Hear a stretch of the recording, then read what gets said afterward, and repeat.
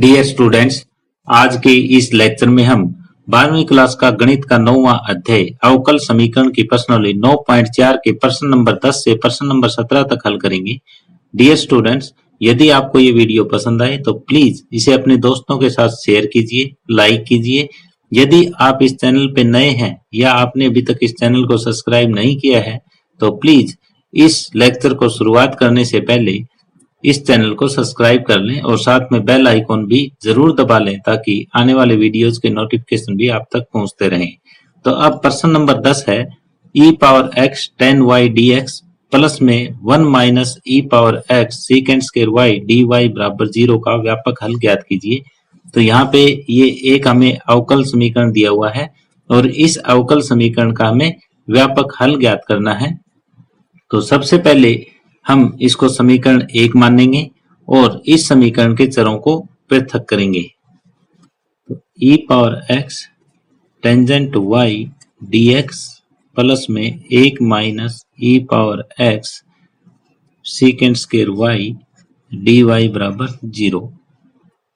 इसको समीकरण 1 मान लिया और समीकरण 1 के चरों को पृथक करने पर समीकरण 1 के चरों को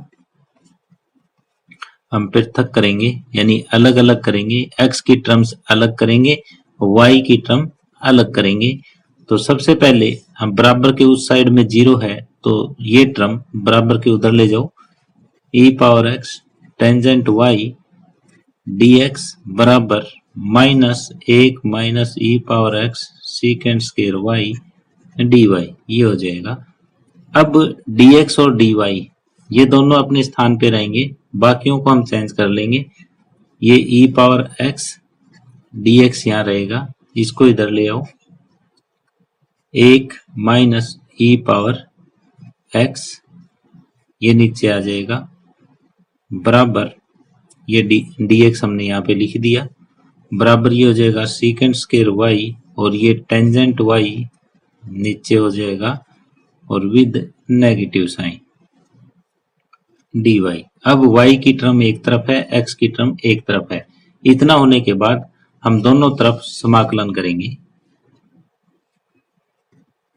दोनों तरफ समाकलन करने पर पहला काम ये है कि x की टर्म एक तरफ, y की टर्म दूसरी तरफ, यानी समीकरण 1 के चरों को अलग अलग करेंगे और इसके बाद दोनों तरफ समाकलन कर देंगे और समाकलन करने के बाद जो आंसर आएगा वो हमारा अभिष्ट व्यापक हल होगा। तो ये e पावर x बटे 1 माइनस e पावर x, इस माइनस को भी इधर ले आओ क्योंकि हमें जरूरत पड़ेगी साइड में। तो ये मैं माइनस इधर ले आया dx बराबर सेकेंड स्क्वायर y बटे टेंजेंट y dy। अब ये देखो नीचे का अवकलज ऊपर है, 1 माइनस e पावर x का अवकलज माइनस e पावर x होता है, इसीलिए हम माइनस इधर लेके आए थे। तो अगर नीचे का अवकलज ऊपर हो तो नीचे वाले का लोग हो जाता है।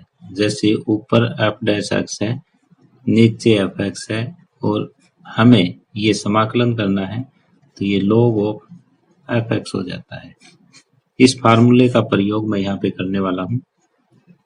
तो ये हो जाएगा log 1 minus e power x बराबर, यहाँ पे भी नीचे का अवकलज ऊपर है तो ये हो जाएगा log टेंजेंट y और प्लस में जब यहाँ पे भी log है यहाँ पे भी log है, जब कांस्टेंट लेंगे वो भी log c हम ले लेंगे। अब log 10y को इधर ले आओ, log 1 minus e power x minus log 10y बराबर log c। अब log m minus log n का फार्मूला खोल दो आप, तो ये हो जाएगा log m बटे n, 1 minus e power x बटे टेंजेंट y बराबर log c। अब log से log हटा देंगे, 1 माइनस e पावर x बराबर c into tangent y, 1 e power x बराबर c इंटू टेंजेंट y।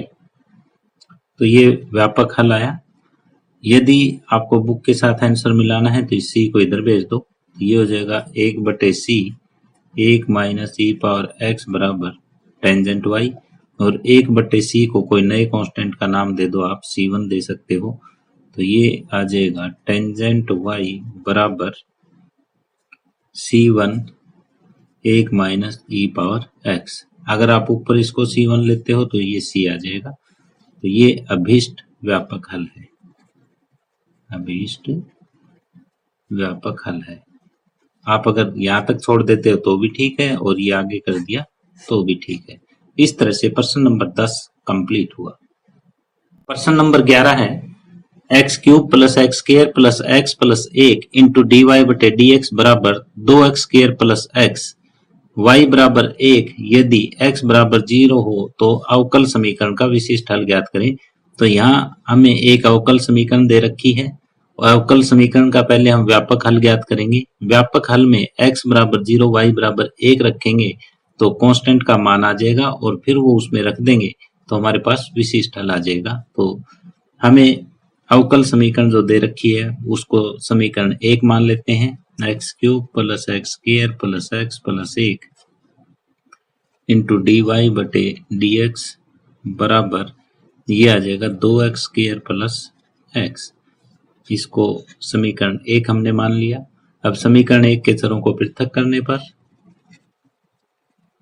समीकरण 1 के चरों को पृथक करने पर, जब ये पृथक हम करेंगे तब ये आ जाएगा, y का तो कोई टर्म है ही नहीं यहाँ पे, सिर्फ dy है, बराबर ये 2x स्क्वायर प्लस x, और नीचे ये हो जाएगा x cube plus x square plus x plus 1 into D x. हमने अब अलग अलग इनको कर लिया है। अब इसको थोड़ा सोल्व करेंगे तो ये होगा डी वाई बराबर 2x स्क्वायर प्लस एक्स बटे, यहाँ पे हम पहले 2 में से x स्क्वायर कॉमन लेंगे, ये x प्लस 1, और यहाँ 1 कॉमन आएगा x plus 1 into D x, ये हो जाएगा 2x स्क्वायर प्लस x, दोनों में x प्लस 1 कॉमन है तो x प्लस 1 और x स्क्वायर प्लस 1 ये आया इंटू में dx। अब दोनों तरफ हम समाकलन करेंगे, दोनों तरफ समाकलन करने पर, जब दोनों तरफ हम समाकलन करेंगे तो इधर तो dy हो जाएगा और इधर 2x स्क्वायर प्लस x बटे x plus 1 x square plus 1 into D x. अब इसको पार्शियल फ्रैक्शन से, आंशिक भिन्नों की सहायता से करेंगे हम। तो 2x स्क्वायर प्लस x बटे x plus 1 into x square plus 1 को आंशिक भिन्न में हम बदलेंगे, ये होगा 2x स्क्वायर प्लस x बटे x plus 1 into x square plus 1 बराबर a बटे ये आ जाएगा x प्लस 1, और जब x स्क्वायर प्लस 1 नीचे हो तो इसको हम लिख सकते हैं bx प्लस में c बटे एक्स स्क्वायर प्लस 1। अब नेक्स्ट काम हमें ये करना है कि दोनों तरफ का लघुत्तम लेना है। इधर का तो ये नीचे पड़ा ही है, इधर का लघुत्तम सेम यही आ जाएगा, ये 2x स्क्वायर प्लस x बटे x plus 1 x square plus 1 बराबर इधर का लघुत्तम आया x प्लस 1 x प्लस 1 और एक्स स्क्वायर प्लस 1, a के साथ गुणा हो जाएगा एक्स स्क्वायर प्लस 1 प्लस में bx के साथ गुणा x प्लस 1 की, और प्लस में c के साथ गुणा x प्लस 1 की। अब इस लघुत्तम से ये नीचे का पार्ट कट जाएगा और हमारे पास आ जाएगा 2x स्क्वायर प्लस x बराबर a into x square plus 1 plus b, ये x के अंदर गुणा करोगे तो x square plus x plus में c x प्लस 1। ये सिर्फ समाकलन का क्वेश्चन है और समाकलन मैंने आपको बहुत अच्छी तरह से करवाया हुआ है। अब हमें क्या करना है, अब हमें ये करना है कि दोनों तरफ एक्स स्क्वायर, एक्स और अचर संख्याओं की तुलना करने पर, दोनों तरफ एक्स स्क्वायर, एक्स तथा अचर संख्याओं की तुलना करने पर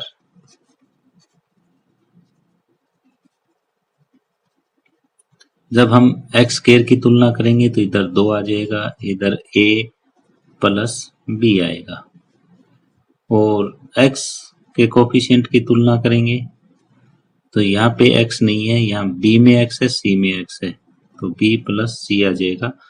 और कांस्टेंट टर्म की तुलना करेंगे तो इधर तो कोई है ही नहीं, यहाँ a में है और c में है, a प्लस c। अब ये समीकरण 1, 2 व 3 को हल करो, यहाँ से हम a, b और c का मान ज्ञात कर सकते हैं। यहाँ से a, b, c के मान हमने ज्ञात कर लिए हैं। a का मान 1/2, b का मान 3/2 और c का मान 1/2 आया। और अब ये मान हम कहाँ रख देंगे, ये मान हम यहाँ पे रखेंगे 2x² प्लस में x प्लस 1, यहाँ पे हम मान रखेंगे तो ये हो जाएगा 2x² प्लस x बटे x plus 1 into x² plus 1 बराबर a का मान 1/2, यहाँ रखोगे 1/2 इंटू 1/x प्लस 1 प्लस में bx यानी 3/2x प्लस में c का मान 1/2 और ये x² प्लस 1। अब हमें इसका समाकलन भी चाहिए और इसको हम इक्वेशन नंबर 2 मान लेते हैं। जब समाकलन आ जाएगा तो हम यहाँ पे रख देंगे। तो दोनों तरफ अब हम समाकलन करते हैं विद रिस्पेक्ट टू x। तो ये हो जाएगा आपका 1/2 log x प्लस 1 और प्लस में ये 3/2 आप बार करो, ऊपर x बचेगा, x² प्लस 1 इंटू dx को अलग लिख दिया, 1/2 1/x² प्लस 1 इंटू dx को हमने अलग लिखा। अब देखो, अब हम इसको आगे सोल्व करेंगे तो 1/2 log x प्लस 1 और प्लस में 3/2, ये नीचे का अवकलज हमें ऊपर बनाना है तो हम क्या करें, 2 से इसको गुणा कर लें और 2 से ही नीचे गुणा कर दें, तो ये नीचे 3/4 हो जाएगा, नीचे का अवकलज ऊपर, तो ये log x² प्लस 1 और प्लस में 1/2 1/x² plus 1 tangent inverse x और प्लस में हम c लिख देंगे। अब ये मान हम समीकरण 2 में रखेंगे। तो देखो समीकरण 2 हमारे पास क्या है, समीकरण 2 ये है कि समाकलन y बराबर समाकलन 2x² प्लस 1 बटे x plus 1 into x² plus 1। तो यहाँ dy का समाकलन तो y हो जाएगा, इसका हमने ज्ञात कर रखा है वो लिख देंगे, तो ये आ जाएगा। तो जब समीकरण 2 में ये मान हम रखेंगे तो लेफ्ट हैंड साइड में था dy का समाकलन, तो y हो जाएगा, राइट हैंड साइड ये आ जाएगी 1/2 log x plus 1 plus 3/4 log x² plus 1 और प्लस में 1/2 टेंजेंट इनवर्स x प्लस में c। अब हमें क्या दिया हुआ है, अब ये दिया हुआ है यदि x बराबर 0 है तो y बराबर 1, ये हम यहाँ पे रखेंगे, y का मान 1 और 1/2 log ये 1 हो जाएगा, प्लस में 3/4 log x की जगह 0 लिखोगे तो ये भी 1 हो जाएगा, प्लस 1/2 टेंजेंट इनवर्स 0, ये भी 0 हो जाएगा, प्लस में c। तो यहाँ ये 0 ये 0 ये 0, तो c का मान आ जाएगा 1 और इसको हम समीकरण 3 में भरेंगे जो व्यापक हल आया हुआ है। तो c का मान समीकरण 3 में रखने पर, समीकरण 3 में रखने पर ये आ जाएगा y बराबर 1/2 log x plus 1 plus 3/4 log x square plus 1 और plus 1/2 tangent inverse x plus 1। ये अभीष्ट विशिष्ट हल है। ये सवाल लंबा जरूर है लेकिन मुश्किल नहीं है। हमने सबसे पहले क्या काम किया, मैं एक बार रिपीट कर देता हूँ। सबसे पहले हमने समीकरण 1 के चरों को अलग अलग किया। समीकरण 1 के चरों में y को हमने अलग कर लिया था और x के चरणों को अलग कर लिया था। फिर दोनों तरफ समाकलन किया। समाकलन का पार्ट थोड़ा लंबा हो गया था, ये हम पार्शियल फ्रैक्शन से करेंगे। तो ये पार्शियल फ्रैक्शन से मैंने आपके सामने ये किया था। यहाँ से सबसे पहले हमने a b c का मान ज्ञात किया, फिर ये दोनों तरफ समाकलन किया। ये हमारे पास 2x स्क्वायर प्लस x बटे x plus 1 into x square plus 1 का समाकलन आ गया था। इसको हमने समीकरण 2 में रख दिया, जिससे व्यापक हल आया। और व्यापक हल में x के बराबर 0, y के बराबर 1 हमें दिया हुआ था, वो रखा तो c का मान आया। अब c का मान वापिस व्यापक हल में हमने रख दिया तो विशिष्ट हल आया। इस तरह से प्रश्न नंबर 11 कंप्लीट हुआ। अब प्रश्न नंबर 12 है x into x square minus 1 dy बटे dx बराबर 1, y बराबर 0 यदि x बराबर 2 है तो का विशिष्ट हल ज्ञात कीजिए। यहाँ हमें एक अवकल समीकरण दे रखी है, ये प्रतिबंध दिए हुए हैं। इन प्रतिबंधों के अंतर्गत हमें विशिष्ट हल ज्ञात करना है। तो सबसे पहले हम व्यापक हल ज्ञात करेंगे। तो समीकरण हमें दी हुई है वो है x into x square minus 1 dy by dx बराबर 1, और इसको हम समीकरण 1 मान लेते हैं। और सबसे पहला काम ये है हमारा कि समीकरण 1 के चरों को पृथक करने पर, समीकरण 1 के चरों को पृथक करने पर जब हम पृथक करेंगे तब ये आएगा y वाली टर्म एक तरफ, x वाली एक तरफ। तो पहले dx को उधर ले चलो, तो dx उधर आया और ये नीचे आ जाएंगे x into x square minus 1। अब दोनों तरफ हम समाकलन करेंगे। समाकलन करने से पहले इसके पार्शियल फ्रैक्शन हम बना लेते हैं, आंशिक भिन्न बना लेते हैं, क्योंकि जब इसका समाकलन करेंगे तो आंशिक भिन्नों की हमें आवश्यकता पड़ेगी। तो 1 बटे x into x square minus 1, इसको हम ये लिख सकते हैं 1 बटे x into x plus 1 x minus 1। और जब आंशिक भिन्न बनाएंगे a बटे x प्लस b बटे x प्लस 1 और प्लस c बटे x माइनस 1। अब a b c का मान हमें ज्ञात करना है। ये हो जाएगा 1 बटे x into x plus 1 x minus 1, इधर का लघुत्तम लो x प्लस 1 x माइनस 1, तो a के साथ इन दोनों की गुणा, तो यह आ जाएगा x square minus 1 plus b के साथ पहले और तीसरे की गुणा, तो यह हो जाएगा एक्स स्क्वायर माइनस एक्स, और c के साथ पहले 2 की गुणा एक्स स्क्वायर प्लस एक्स। ये आया। अब ये लघुत्तम से ये नीचे का पार्ट कट जाएगा और ये आ जाएगा 1 बराबर a into x square minus 1 plus b into x square minus x plus c into x square plus x. अब हम एक्स स्क्वायर एक्स और अचर संख्याओं की तुलना करेंगे। अब एक्स स्क्वायर एक्स के गुणांकों और अचर संख्याओं की तुलना करने पर, जब ये हम तुलना करेंगे तब जब एक्स स्क्वायर की तुलना करोगे तो इधर तो एक्स स्क्वायर है ही नहीं, यहाँ a प्लस बी प्लस सी, तीनों में एक्स स्क्वायर है, a प्लस बी प्लस सी।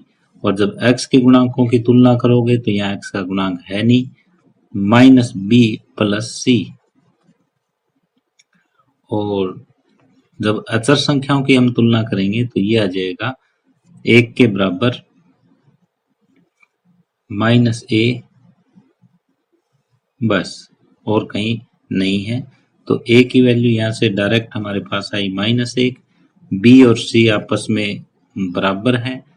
अब यहाँ पे हम मान रख देंगे a का -1 और बी और सी दोनों को हमने बी लिख दिया, तो 2b के बराबर 1, बी की वैल्यू आ जाएगी 1/2 और बी और सी बराबर है तो सी की वैल्यू भी 1/2 आई। अब ये मान हम यहाँ पे रखेंगे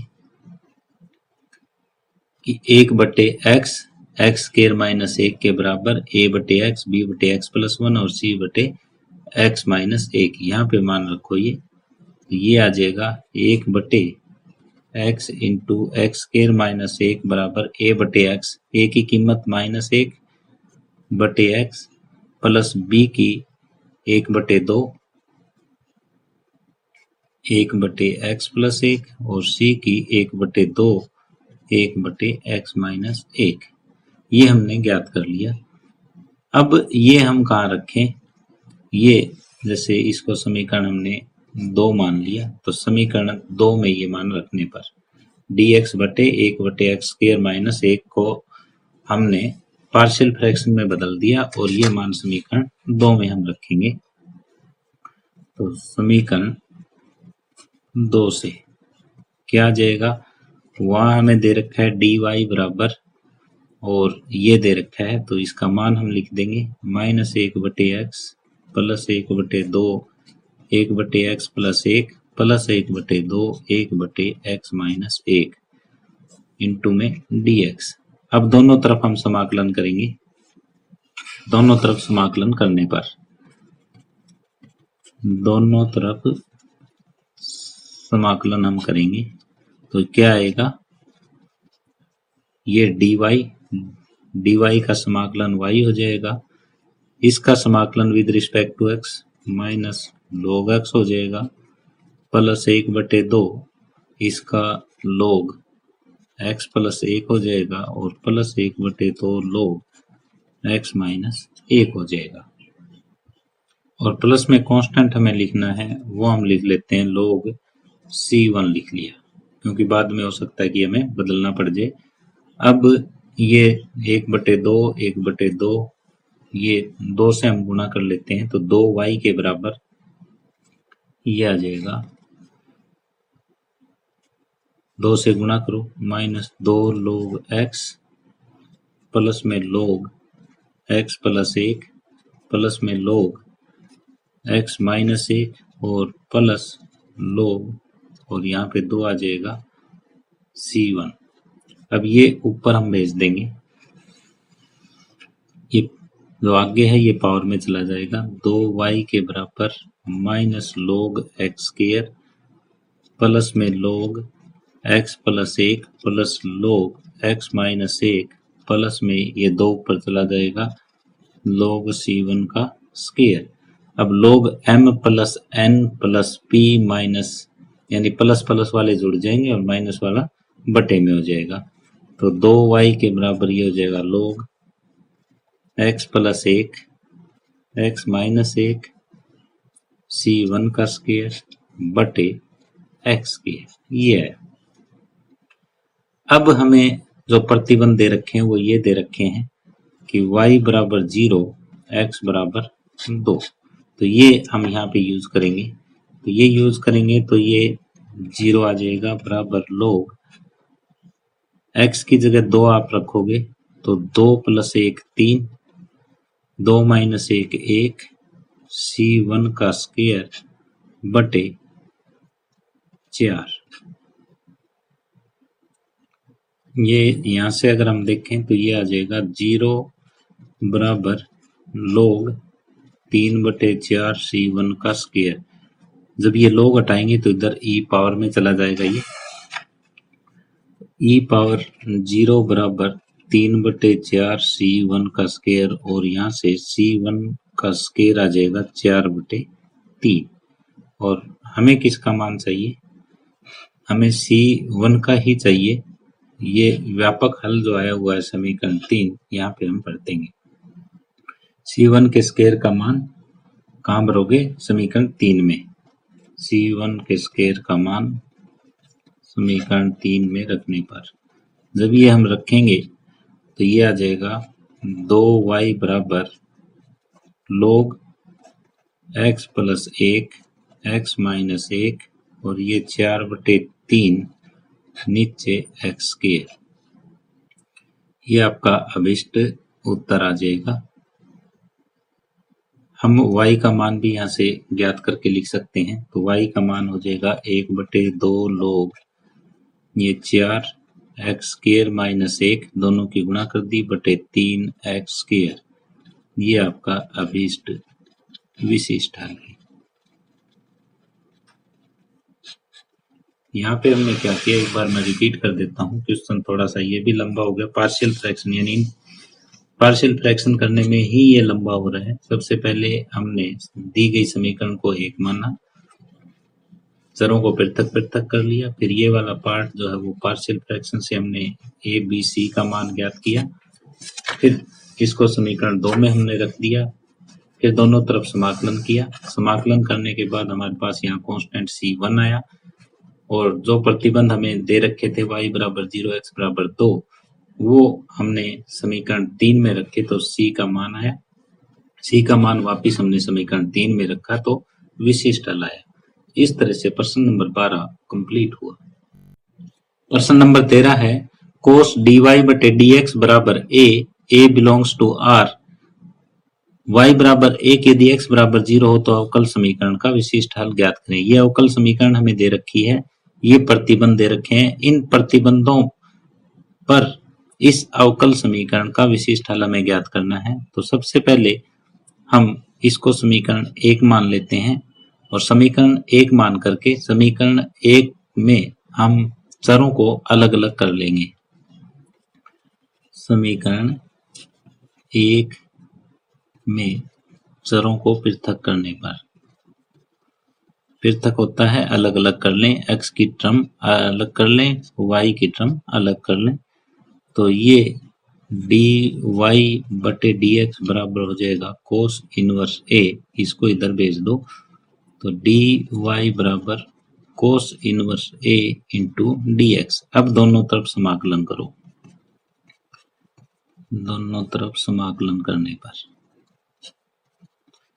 जब दोनों तरफ हम समाकलन करेंगे तो dy का तो हो जाएगा y और cos इनवर्स a कांस्टेंट है और dx का हो जाएगा 1x और प्लस में c। इसको हम समीकरण 2 मान लेते हैं। अब प्रतिबंध दिए हुए y बराबर 1 x बराबर 0, y बराबर 1 x बराबर 0। तो यहाँ से y बराबर 1 रखोगे, cos इनवर्स a x की जगह 0 प्लस c। तो यहाँ से c का मान आ जाएगा हमारे पास 1। c का मान अब समीकरण 2 में रख दो। c का मान समीकरण 2 में रखने पर, जब c का मान समीकरण 2 में हम रखेंगे तो y बराबर x into cos inverse a plus 1, ये अभीष्ट विशिष्ट हल आ जाएगा।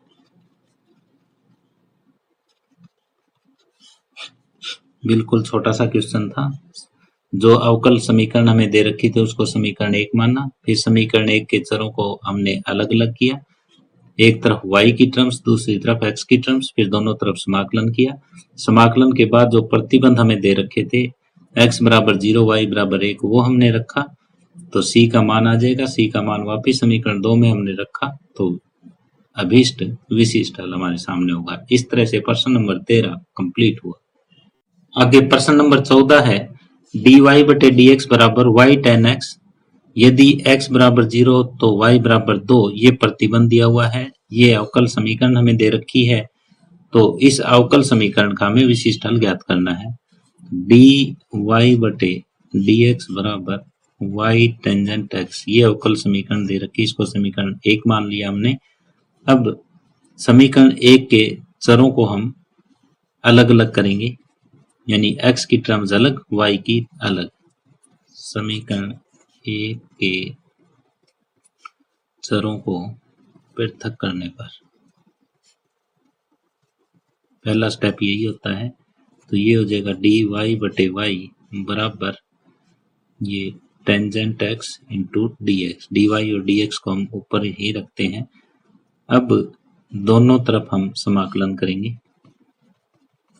दोनों तरफ समाकलन करने पर दोनों तरफ जब हम समाकलन करेंगे तो ये हो जाएगा log y बराबर टेंजेंट x का समाकलन माइनस log cos x होता है, और प्लस में ये भी log है ये भी log है तो हम log c ले लेंगे। अब माइनस log cos x, इसको log secant x भी हम लिख सकते हैं। तो log y बराबर log, क्योंकि अगर इसको log लिखोगे आप तो log 1/cos x minus log x को log 1/x लिखा जा सकता है, माइनस log x को log 1/x लिखा जा सकता है। तो इसको 1/cos x लिखेंगे तो ये होगा secant x प्लस में log c।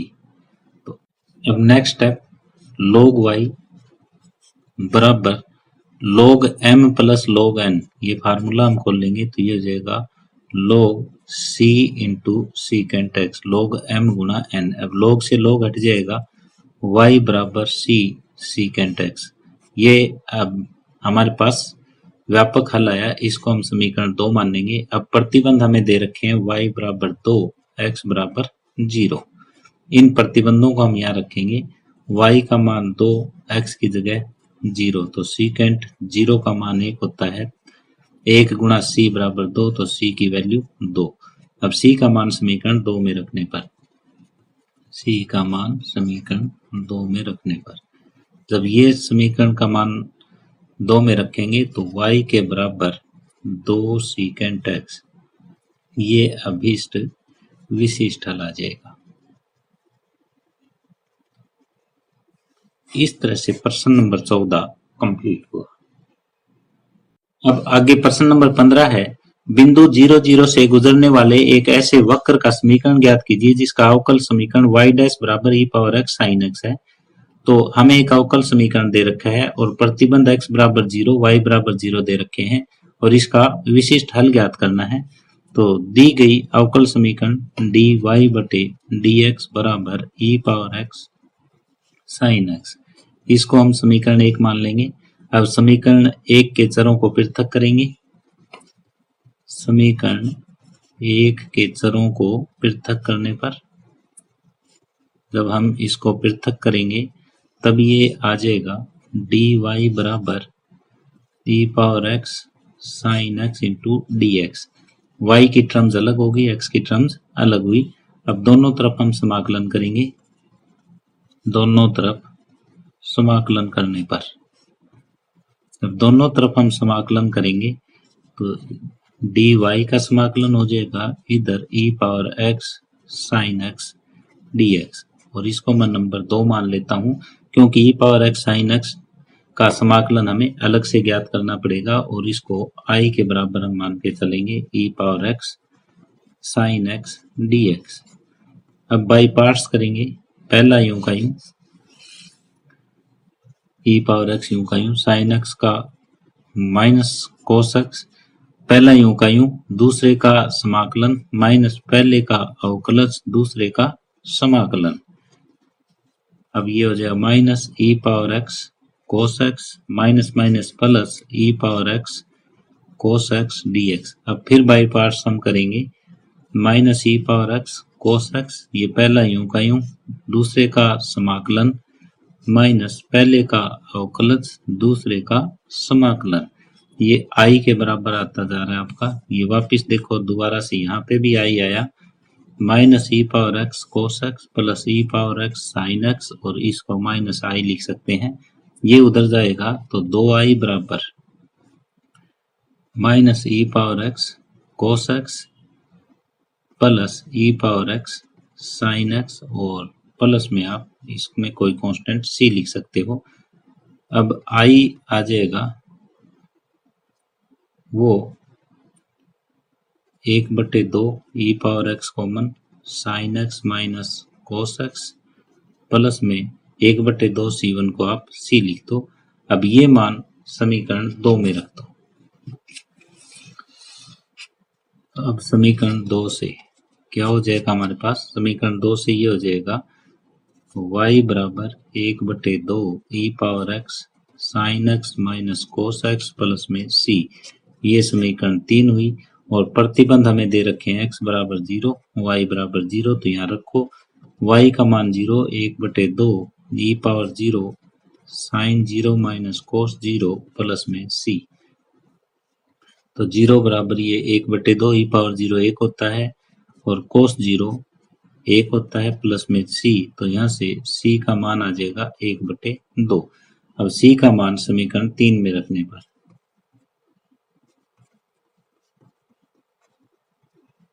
समीकरण 3 में हम रख देंगे। जब 3 में रखेंगे तो y बराबर 1/2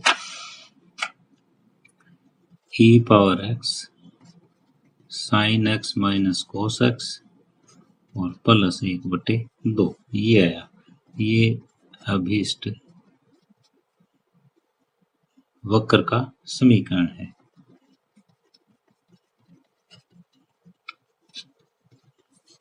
तो यहाँ सबसे पहले हमने व्यापक हल ज्ञात किया। व्यापक हल ज्ञात करने के बाद ये प्रतिबंध x बराबर 0, y बराबर 0 दे रखे थे, वो c का मान ज्ञात हुआ।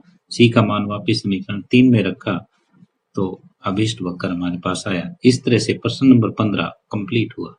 प्रश्न नंबर 16 है अवकल समीकरण एक्स वाई डी वाई बटे डी एक्स बराबर x प्लस 2 वाई प्लस 2 के लिए बिंदु 1-1 से गुजरने वाला वक्र ज्ञात कीजिए। तो हमें अवकल समीकरण दे रखी है एक्स वाई डी वाई बटे डी एक्स बराबर x प्लस 2 वाई प्लस 2। अब हमें सबसे पहले समीकरण इसको एक मानना है। अब समीकरण एक के चरों को हम पृथक करेंगे।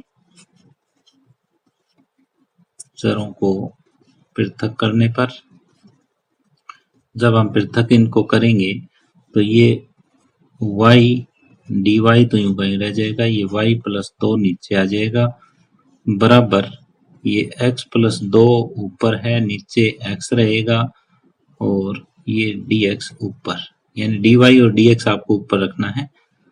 अब आप क्या करोगे, अब दोनों तरफ समाकलन करोगे।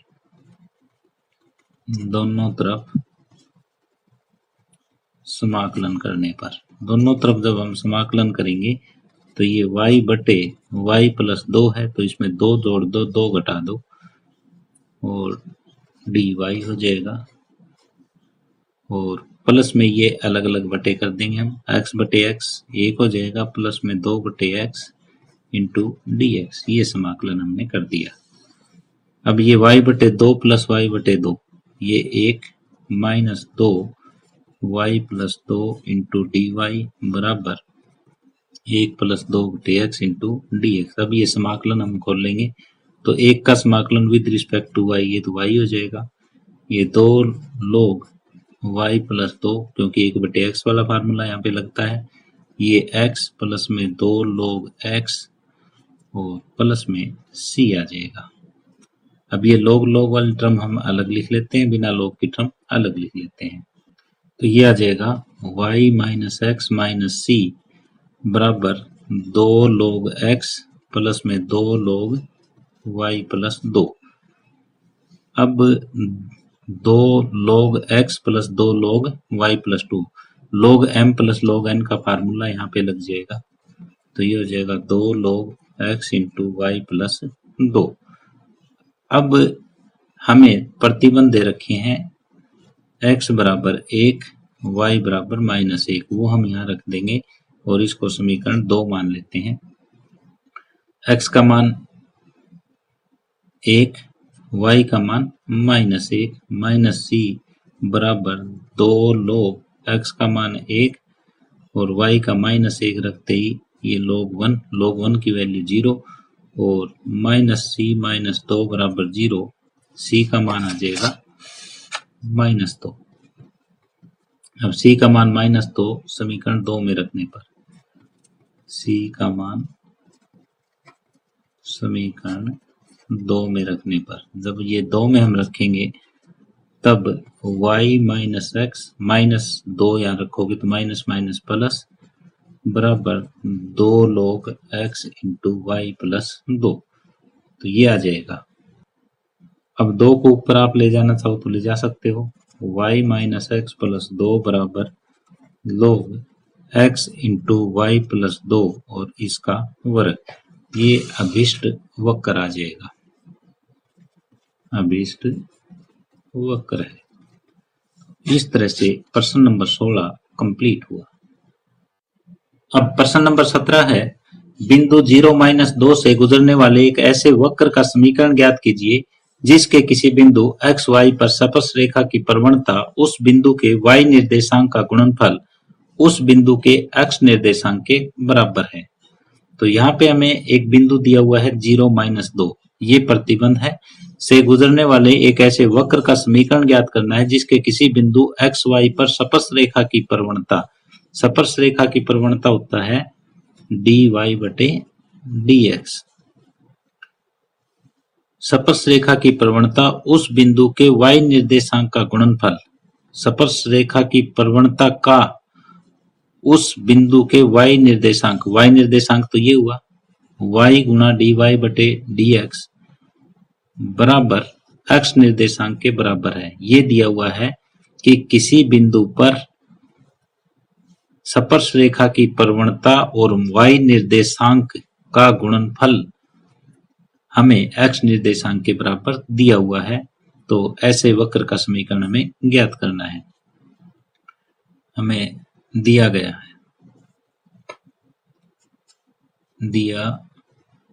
गया अवकल समीकरण, और इसको हम 1 मान लेते हैं। अब दोनों तरफ हम क्या करेंगे, दोनों तरफ जो है वो x और y की टर्म्स अलग अलग कर लेंगे। तो समीकरण 1 के चरों को पृथक करने पर, जब पृथक हम करेंगे तो ये आ जाएगा y इंटू डी वाई बराबर x इंटू डी एक्स। अब दोनों तरफ समाकलन कर दो, दोनों तरफ समाकलन करने पर, दोनों तरफ जब हम समाकलन करेंगे तो ये आ जाएगा y इंटू डी वाई बराबर x इंटू डी एक्स। ये y² 2 और ये x² 2 प्लस में ये हम लिख लेते हैं कि c1/2, तो ये y² माइनस x² बराबर ये आ जाएगा c1, और इसको हम समीकरण 2 मान लेते हैं। अब प्रतिबंध हमें दे रखे हैं x बराबर 0, y बराबर -2, तो यहाँ पे रखो x का मान 0, y बराबर 2, ये 2 का वर्ग माइनस 0 का वर्ग बराबर c1, और c1 की वैल्यू आ जाएगी 2 गुना 2 4। तो c1 का मान समीकरण 2 में रखने पर, c1 का मान समीकरण 2 में जब हम रखेंगे तो ये आ जाएगा y² माइनस x² बराबर 4, ये अभीष्ट वक्र होगा। तो इस तरह से प्रश्न नंबर 17 कंप्लीट हुआ। डियर स्टूडेंट्स, इसी के साथ ही हम आज का ये लेक्चर यहीं समाप्त कर रहे हैं। यदि आपको ये वीडियो पसंद आई हो तो प्लीज अपने दोस्तों के साथ इसे शेयर कीजिए, लाइक कीजिए। यदि आप इस चैनल पे नए हैं या आपने अभी तक इस चैनल को सब्सक्राइब नहीं किया है तो प्लीज इस चैनल को सब्सक्राइब कर लें और बेल आइकॉन भी साथ में जरूर दबा लें ताकि आने वाले वीडियोस के नोटिफिकेशन आप तक पहुंचते रहें। धन्यवाद।